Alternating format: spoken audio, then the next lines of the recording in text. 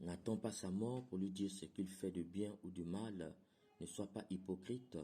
Tel est le thème que je nous propose ce matin pour notre méditation. L'homme est dans l'histoire. Et étant dans l'histoire, il a une tâche à accomplir. Cette tâche, c'est la construction de lui-même. Nous sommes appelés à nous construire, car Dieu veut que nous puissions construire notre liberté. Et il nous donne le moyen pour construire cette liberté qui consiste à être pleinement nous-mêmes, pour nous aimer tel qu'il nous aime et de nous voir tel qu'il nous voit. Parmi ces moyens, nous avons les autres avec qui nous partageons la vie. Les autres sont pour nous les moyens qui nous aident à construire notre liberté puisque Dieu nous les a donnés pour qu'il soit capable de nous dire ce que nous faisons de bien ou de mal. L'homme est celui qui est capable de dire à l'autre ce qu'il fait de bien ou du mal. Mes chers frères et sœurs, n'attends pas sa mort pour lui dire ce qu'il fait de bien ou de mal. C'est ce que nous pouvons retenir des textes d'aujourd'hui. Dans la première lecture, Paul, Sylvain et Timothée font l'éloge des chrétiens de l'église de Thessalonique. Ils sont contents de la croissance de leur foi. Ils rendent grâce à Dieu pour leur progression. C'est ce que nous avions appelé savoir dire le bien de l'autre pendant qu'il est vivant. Dans l'évangile, Jésus tire à boulet rouge le comportement des scribes et des pharisiens qui détournent le peuple du droit chemin.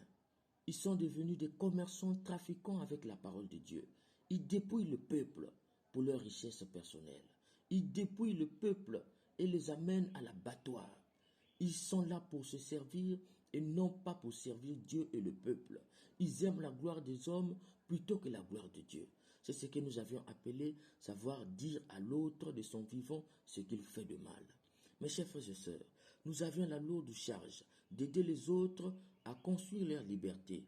Dieu nous demandera les comptes, ne l'oublions pas. C'est pourquoi nous devrions être capables de mettre au centre de nos relations ces deux valeurs, savoir dire le bien et savoir dire ce qui est mal. L'homme a besoin de la louange. Tout être humain veut entendre ce qu'il a fait de bien ou ce qu'il fait est bien. Ne rentrons pas dans les considérations des aigris qui disent que si tu lui dis ce qu'il a fait est bien, il deviendra orgueilleux. Non, c'est de l'hypocrisie. N'attends pas l'oraison funèbre pour lui dire tu es pour moi un homme bien ou une femme bien. La louange est le commencement de l'amitié. La louange est utile pour la construction de la liberté. Cependant, de la même manière que tu es capable de lui dire le bien qu'il fait, sois capable de lui dire le mal qu'il fait. Lui dire le mal qu'il fait, c'est le placer face à lui-même, le confronter avec lui-même, susciter en lui un élan de conversion. Certes, cela n'est pas aisé, mais du fait que Dieu nous a assigné cette lourde charge d'être des constructeurs de liberté, lui dire ce qu'il fait du mal, c'est le sauver. C'est ce qu'on appelle la correction fraternelle.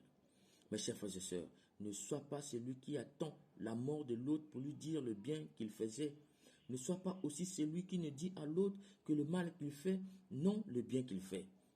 Dire le bien de l'autre dans la mort, c'est de l'hypocrisie.